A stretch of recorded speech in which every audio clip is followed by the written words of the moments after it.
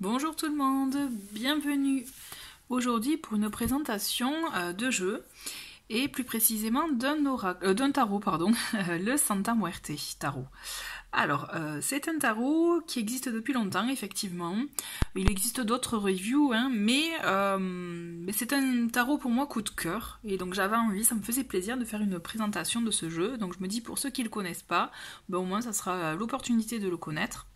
Et ceux qui le connaissent, hein, et qui, voilà, ben, écoutez, bienvenue pour la présentation. Alors, c'est un jeu que je me suis procuré via internet, puisqu'en fait en France, c'est un jeu, vous voyez, il est à 26,95 $. Donc voilà, vous pouvez le trouver sur des sites internet de vente en ligne, pour info. Donc le Santa Muerte Tarot, c'est vraiment donc un tarot d'inspiration mexicaine dont le thème Santa Muerte.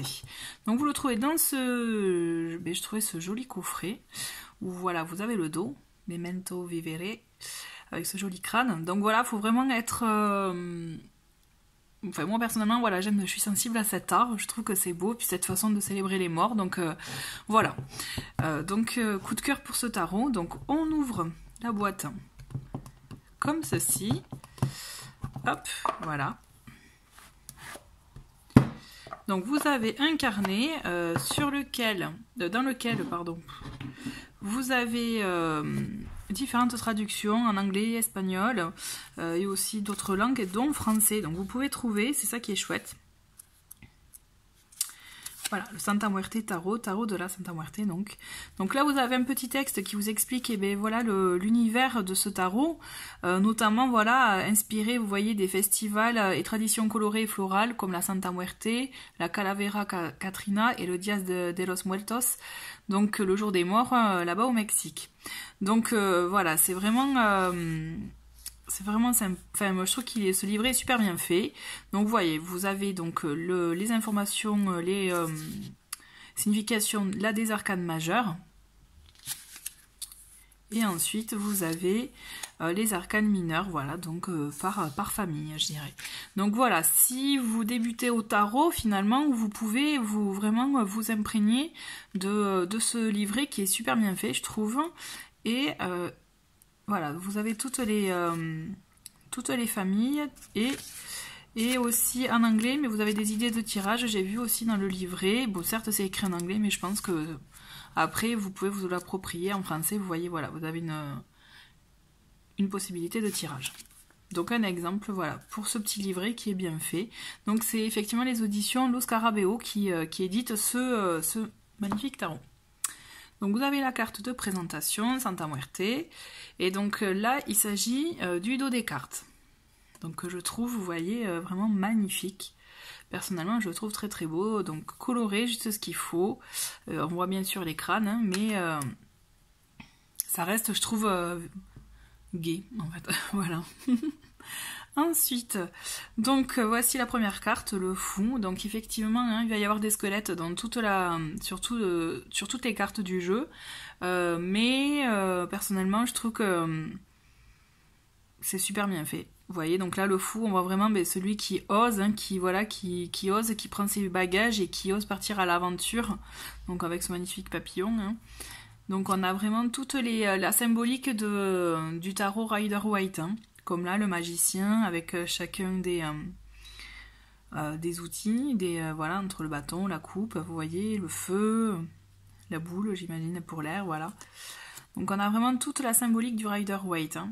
Donc voici les arcanes. Donc là, la grande prêtresse. Si vous avez des bases, vous vous retrouverez. Là, c'est vraiment pour avoir un tarot coloré avec esprit Santa Muerte, bien sûr. Mais voilà, un tarot original. Moi, j'aime bien aussi, vous voyez, ces petites bordures, là où on voit, là, plutôt que d'avoir le chiffre en haut, on l'a sur les côtés et le nom de la carte. Bon, moi, j'aime bien cette bordure comme ça, en fait, que sur le bas de la carte, donc l'empereur. Donc, il y a toutes ces armes. Donc, voilà, c'est la mitraillette aussi. C'est rigolo, ces petits clins d'œil. Donc là on a le pape, le hiérophante, qui a le savoir, la sagesse, les amoureux, et jolie la clé aussi. Donc le chariot, Donc là, c'est vrai que pour le coup, on voit pas les chevaux qu'on peut voir habituellement sur les tarots. Mais j'aime bien l'idée d'avoir pris effectivement ce chariot, la roulotte, de montrer aussi bien le mouvement, les personnages avancent. Je trouve ça sympa. Donc ensuite, on a la force, donc aussi, ben voilà, complètement imprégné avec le côté catch. Hein. Donc là, on n'a pas le lion, mais bon, on a le gros lézard. Donc ouais, c'est sympa. Enfin, vous voyez, ça reste coloré quand même. Hein. C'est pas gore, je dirais. Ouais, c'est pas gothique. Voilà, c'est vraiment, ça reste joyeux, ça reste vraiment dans le bon esprit. C'est bien fait, là, l'ermite. Donc la roue de fortune, donc qui indique le cycle. La justice. La justice, ça peut faire un peu peur, je reconnais. Mais bon, vous voyez, elle a la balance. Le pendu qui est bien fait, je trouve. La Santa Muerte, donc la mort. Donc là, vous voyez, en plus, j'aime bien la symbolique, puisque effectivement, la carte de la mort, bon, bien sûr, ça veut dire, ça signifie la fin d'un cycle. Mais en même temps, vous voyez, elle est représentée avec une lumière, et on voit qu'elle est enceinte, donc ça veut dire la fin d'un cycle, mais qui annonce la gestation d'un autre, vous voyez, qui annonce un autre. Donc je trouve que la symbolique, elle est bien faite, là, les illustrations, elles sont super bien faites. La tempérance, le diable, là je trouve ça génial, avec les petites marionnettes en bas. La tour, donc l'étoile. Et je trouve que l'étoile, du coup, on voit plus aussi par rapport aux émotions, là. Enfin, moi, en tout cas, c'est ce qui m'appelle la lune, donc. Et là aussi, j'aime beaucoup, vous voyez, enfin là, on voit qu'elle elle est humaine, enfin elle est humaine, qu'elle n'est pas morte, mais on a le reflet du squelette, donc on voit vraiment là la part d'ombre de la lune, les doutes, les peurs qui peuvent remonter, on voit vraiment la symbolique qui est super bien faite, je trouve. Donc le soleil, le jugement, le monde. Voilà. Elle est bien faite aussi celle-ci. Donc là c'était les arcanes majeures. On va commencer les familles. Donc là on a la famille de coupe. Donc l'as de coupe, que personnellement je trouve très beau. Là le 2 de coupe aussi, la relation. Je trouve ça super de voir en fait le mélange, la connexion entre les deux en faisant en fait verser l'eau du crâne de l'un sur le deuxième personnage. Je trouve ça très symbolique, très beau. Donc le 3 de coupe, les festivités. Le 4, la tristesse, la lamentation. Le 5, vous voyez, on va être perdu, confusion totale, là. Le labyrinthe. Le 6, on voit qu'elle est joyeuse. Donc le 7 de coupe. Le 8 de coupe, qui réfléchit. Le 9 de coupe, un nouveau départ, là. Moi, je vois comme ça. Et le 10 de coupe, avec la petite maison. Ok. Ensuite, vous avez le page, le cavalier, la reine de coupe et le roi de coupe. Voilà, la reine de coupe qui donne beaucoup d'amour. Hein. Oui, voilà, qui donne beaucoup d'amour. C'est chouette ça. Donc ensuite, nous avons la famille des pentacles ou deniers. Donc l'as de denier. Le 2 de denier, je trouve le papillon magnifique, super bien fait. Le 3 de denier. Le 4.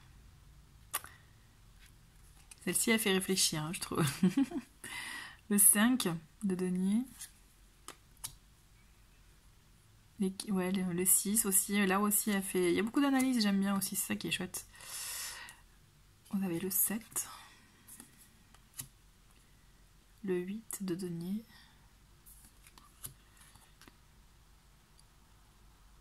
Le 9. Et le 10. Donc toujours avec le papillon. Ensuite, pour la cour, nous avons donc le page ou le valet de denier. Et là, le cavalier. Sur son cheval. Un peu tatoué. Ensuite, nous avons la reine de denier et le roi. Donc on voit celle qui bâtit, qui gère, hein, et celui qui a les sous, qui maîtrise la situation. Hein. Ensuite, on continue avec la famille des bâtons. Donc là, on a l'as de bâton, les nouveaux projets qui germent. Hein. Le 2 de bâton. Le 3. Ah, j'aime bien aussi celui-ci. Le 4 de bâton. Le 5, donc là, lui, il faut pas le chercher. Il va tout faire péter, sinon. Le 6. Le 7, les défenses hein, naturelles, je dirais, c'est rigolo, enfin, des arbres. Le 8 de bâton. Le 9. Et le 10. Donc, vous voyez, tous les 10, ils finissent avec un papillon. Donc là, le 10 de bâton. Ensuite, nous avons la cour. Donc, nous avons le valet et le cavalier de bâton. Donc la reine et le roi. Ils sont mignons aussi tous les deux. On va finir avec la famille de l'épée. Donc avec l'as. J'aime beaucoup.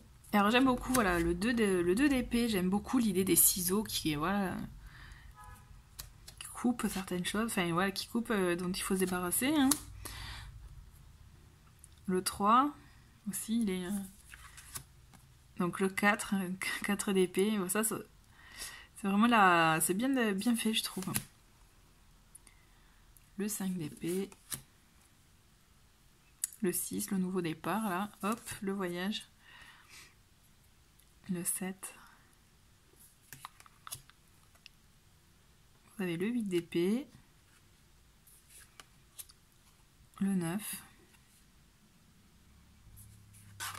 et le 10, encore un papillon, vous voyez. Et donc la cour, voilà, le page et le cavalier d'épée, qui est bien fait je trouve. Et la reine et le roi. Voilà. Donc voilà, bah écoutez, j'espère que je vous ai donné envie de vous intéresser en tout cas à ce tarot, ou alors vous intéresser à la Santa Muerte aussi, parce que c'est vrai que c'est sympa, je trouve, tout ce qu'on peut trouver sur ce thème-là. En tout cas, voilà, j'espère que cette présentation vous a plu. N'hésitez pas à mettre des petits pouces, à la partager aussi. Et je vous dis à très vite pour d'autres tirages ou d'autres présentations. Au revoir.